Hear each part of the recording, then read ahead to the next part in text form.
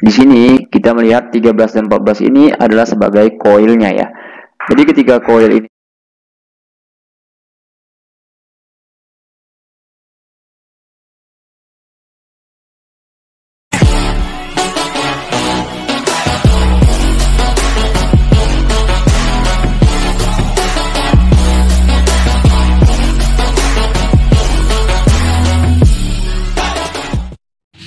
Halo, assalamualaikum warahmatullahi wabarakatuh. Jumpa lagi bersama saya di channel Teknik dan Channel Workshop.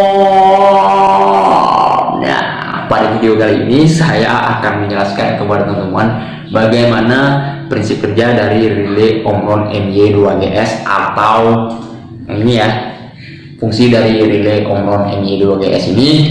Nah, jadi saya lebih fokus ke penjelasannya saja ya. Jadi fungsinya saya akan terangkan sedikit dan memberikan pencerahan sedikit kepada teman-teman agar teman-teman tidak gagal paham.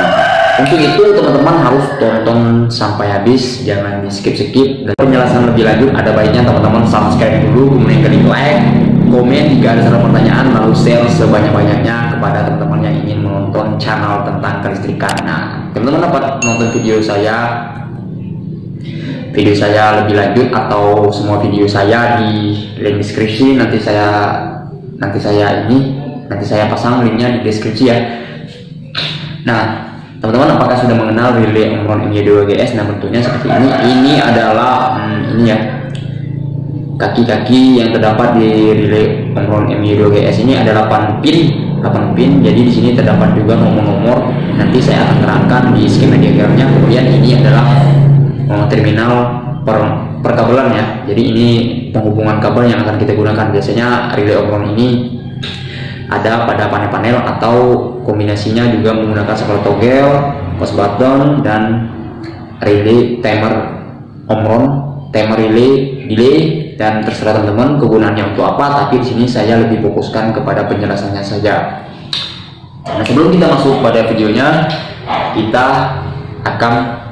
saya akan menjelaskan kepada teman-teman skema diagramnya. Ini dia bro.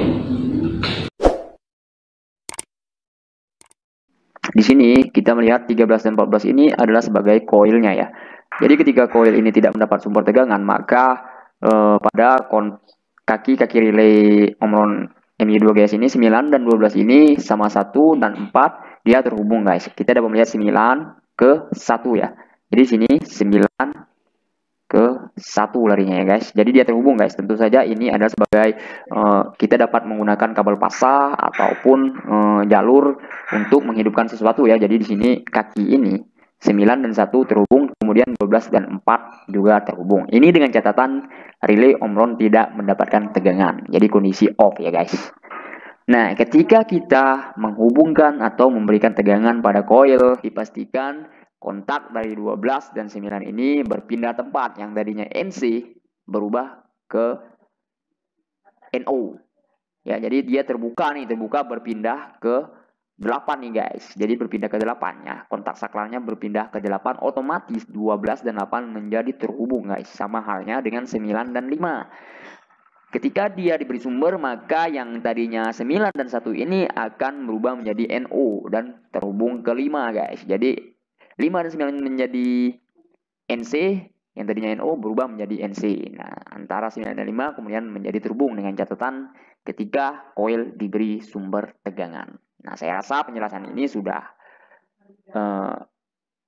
baik. Kemudian tinggal teman-teman mengkombinasikan apa yang akan teman-teman gunakan menggunakan relay Omron MY2GS ini. Misalnya untuk kontaktor, atau menggunakan push button, atau menghidupkan kontaktor, atau TDR ya, timer delay relay ya. Oke, saya rasa cukup. Oke, langsung saja kita masuk pada prakteknya guys. Nah guys, jadi kita masuk pada prakteknya ya guys. Nah, ini saya sudah sediakan tang ampere juga. Nah, kita buktikan apakah yang saya sebut tadi 9 dan 1 ini terhubung ketika tidak diberikan sumber atau tegangan pada koilnya. Kemudian 12 dan 4 juga apakah terhubung ketika dia tidak diberikan sumber pada koilnya ya. Teman-teman dapat melihat angka-angka yang ada pada relay Omron MY2GS. 13 dan 14 ini adalah koilnya, karena koilnya ini harus menggunakan 220 yang pastinya ada kabel pas dan kabel netral ya bro. Jadi ketika dia tidak diberikan sumber, 12 dan 4 akan terhubung, 9 dan 1 akan terhubung. Kita uji. Ini 9 dan 1. Nah, kalian dengar sendiri dia terhubung ya bro. Ini skalanya kita rubah ke gelombang suara saja.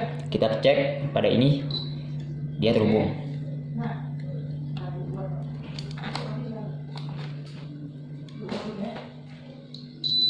Sorry, ada kesalahan teknis ya. Ini, nah, ini 9 dan 1 terhubung. Kemudian 12 dan 4. Ini 12 dan 4 terhubung juga. Nah, artinya di sini dia sudah NC ya bro ya. Saklar relaynya sudah jadi NC ketika tidak dapat sumber atau tegangan. Nah, di sini saya akan berikan dia tegangan. Kita uji lagi bro ya. Kita beri tegangan pada timer Omron relay MY 2GS ini. 2GS ini.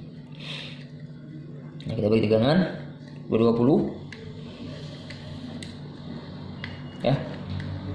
Kita uji 1314 ya. Ini untuk menggerakkan coil dan merubah kontak NC menjadi NO yang terhubung dari seperti yang saya jelaskan di awal ya, pada skema diagramnya ya. Nah, ini saya sudah berikan sumbernya, kita colok, kita tinggal colok nih bro ya. Nanti kita uji 9 dan 1 tadi apakah dia akan terhubung juga setelah diberi sumber. Nah, dia bersuara bro. Ini karena perpindahan kontak relaynya ya, kontak saklar relaynya ya. Jadi ini 9 dan 1. Nah, ini sudah tidak ada suara lagi bro. 9 dan 1 sudah tidak ada suara lagi. Kemudian 12 dan 4 sama halnya dia tidak ada suara lagi. Nah, tapi di sini 5 dan 9 akan terhubung. Nah, 5 dan 9. Nah, bro, ini dia. 5 dan 9 terhubung. Yang NC jadi NC ya, yang NO tadi jadi NC. 5 dan 9 terhubung, kemudian ini 8 dan 12. 8 dan 12 juga terhubung. Ini 8 dan 12 terhubung. Ini juga terhubung karena dia sudah berubah ya. Yang tadinya NC berubah menjadi NO, terhubung ke 5 ya. Seperti yang ada di skema diagram saya yang saya sudah jelaskan di awal. Nah, bagaimana teman-teman? Di sini sudah paham apa penjelasan dari relay Omron MY 2GS ini dan prinsip kerjanya ya. Teman-teman dapat mengkombinasikan relay Omron ini dengan sesuatu hal seperti kontaktor atau saklar togel atau untuk menghidupkan kontaktor ya, jadi pengaplikasiannya ya. Saya rasa cukup dan semoga video yang saya buat bermanfaat untuk teman-teman. Salam hangat dari saya akhiri. Wassalamualaikum warahmatullahi wabarakatuh. Bye bye.